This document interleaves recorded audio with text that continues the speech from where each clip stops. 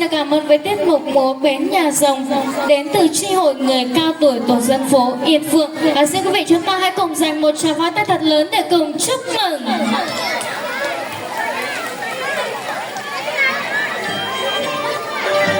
Dạ vâng, các bạn nhỏ chú quậy đâu hết rồi à? Rồi, chú quậy với chị Hằng.